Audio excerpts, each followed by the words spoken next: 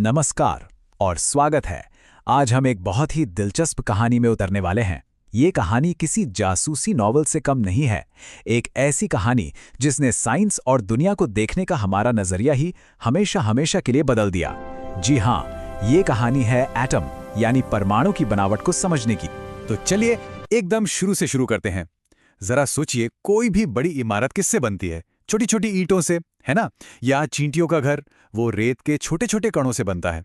बिल्कुल इसी तरह हमारे आसपास जो भी कुछ है वो सब कुछ छोटे छोटे बिल्डिंग ब्लॉक से बना है। और यहीं से हमारी कहानी का सबसे बड़ा सवाल शुरू होता है। अगर हर चीज इन छोटे छोटे बिल्डिंग ब्लॉक्स से बनी है, तो फिर ये बिल्डिंग ब्लॉक्स ये खुद किस चीज से बने हैं? मतलब किसी भी चीज के बिल्कुल अंदर सबसे बुनियादी स्तर पर क्या है? तो चलिए अपनी इस कहानी के पहले चैप्टर पर चलते हैं। देखते हैं कि साइंटिस्ट का सबसे पहला आइडिया क्या था। और इसकी शुरुआत हुई एक बहुत ही, कह सकते हैं, सीधे साधे विचार से। देखिए, 1800 के दशक की शुरुआत में जॉन डाल्टन नाम के एक साइंटिस्ट ने एक थ्योरी दी। उन्होंने कहा कि हर चीज परमाणु या एटम से बनी है और ये एटम एक छोटी ठोस गेंद की तरह है जिसे और तोड़ा नहीं जा सकता। मतलब वो अविभाज्य है, इनडिविजिबल। उस समय के लिए ये एक बहुत बहुत बड़ा आइडिया था। लेकिन साइंस की खासियत यही है कि वो कभी एक जगह रुकती नहीं। और बहुत जल्द इस जासूसी कहानी में एक जबरदस्त मोड़ आया।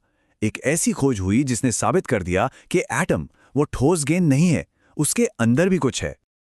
और वो पहला सुराग मिला 1897 में जे थॉम्सन को। उन्होंने खोज निकाला इलेक्ट्रॉन को, एक बहुत ही छोटा नेगेटिव चार्ज वाला कण। और बस इसी एक खोज ने सब कुछ बदल दिया। अब परमाणु कोई साधारण ठोस गेंद नहीं रह गया था, उसके अंदर भी हिस्से थे। तो अब इस नई जानकारी को कैसे समझा जाए? इसके लिए थॉम्सन ने एक मॉडल दिया जिसे कहते हैं प्लम पुडिंग मॉडल।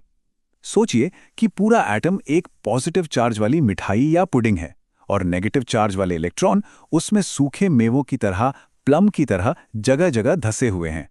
इससे एटम न्यूट्रल भी रहता था क्योंकि पॉजिटिव और नेगेटिव चार्ज बराबर हो जाते थे। पर यह कहानी यहीं खत्म नहीं हुई।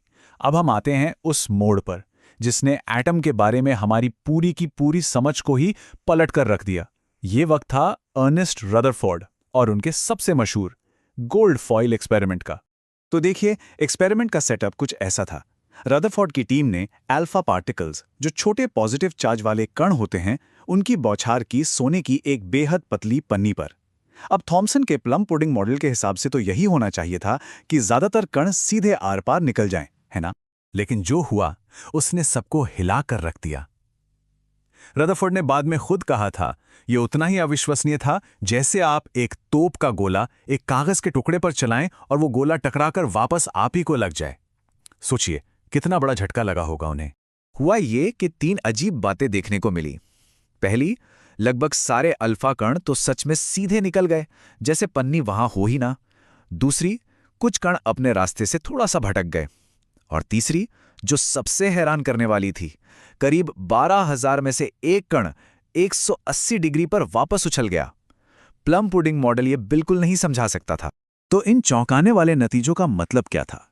इनसे एटम की एक बिल्कुल नई तस्वीर सामने आई, एक ऐसी तस्वीर जो आज भी हमारे एटॉमिक मॉडल का आधार है। रदरफोर्ड ने हिसाब लगाया, क्योंकि ज्यादातर कण सीधे निकल गए, इसका मतलब एटम का ज्यादातर हिस्सा खाली है। और जो कुछ कण वापस आए वो जरूर बीच में किसी बहुत छोटी, भारी और पॉजिटिव चार्ज वाली चीज से टकराए होंगे। उन्होंने इस चीज को नाम दिया नाभिक, यानी न्यूक्लियस। तो रदरफोर्ड का मॉडल एक बहुत बड़ी कामयाबी थी, पर इसने एक नया और बहुत बड़ा सवाल भी खड़ा कर दिया। देखिए, अगर नेगेटिव इलेक्ट्रॉन्स पॉजिटिव न्यूक्लियस के चारों ओर घूम रहे हैं, तो फिजिक्स के नियमों के हिसाब से उन्हें अपनी एनर्जी खो देनी चाहिए और घूमते घूमते न्यूक्लियस में गिर जाना चाहिए। पर ऐसा होता तो नहीं है। एटम तो बहुत स्टेबल होते हैं, तो ऐसा क्यों? और इस पहेली को सुलझाने के लिए एंट्री होती है एक और शानदार दिमाग की, एक वैज्ञानिक जिनका नाम था नील्स बोर। उन्होंने इस समस्या का एक ऐसा हल निकाला जिसने हमारी कहानी को उसके अंजाम तक पहुंचाया। बोर का आइडिया बहुत ही जबरदस्त था। उन्होंने कहा कि इलेक्ट्रॉन न्यूक्लियस के चारों ओर कहीं भी नहीं घूम सकते। उनके घूमने के लिए कुछ खास रास्ते, कुछ खास ऑर्बिट या एनर्जी लेवल तय हैं। और जब तक इलेक्ट्रॉन अपने तय रास्ते पर घूमता है, वो अपनी एनर्जी नहीं खोता। बस इस एक आइडिया ने एटम को ढहने से बचा लिया। तो अब एटम का ढांचा समझ में आ गया था, वो स्टेबल क्यों है ये भी पता चल गया था। अब बस तस्वीर को पूरा करने का समय था। न्यूक्लियस के अंदर एक और मेहमान था जिसकी खोज होनी अभी बाकी थी। तो चलिए एक नजर डालते हैं इस पूरी यात्रा पर।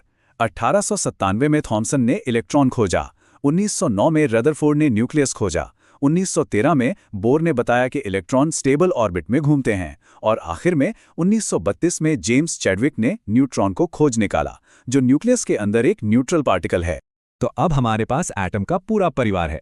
इलेक्ट्रॉन जिन पर नेगेटिव चार्ज है और जो न्यूक्लियस के चारों ओर चक्कर लगाते हैं, प्रोटॉन जिन पर पॉजिटिव चार्ज है और न्यूट्रॉन जिन पर कोई चार्ज नहीं है।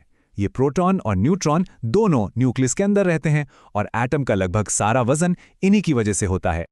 अच्छा, अब जब हम इन तीनों कणों को जान गए हैं तो एक और मजेदार चीज को समझ सकते हैं जिसे कहते हैं आइसोटोप्स।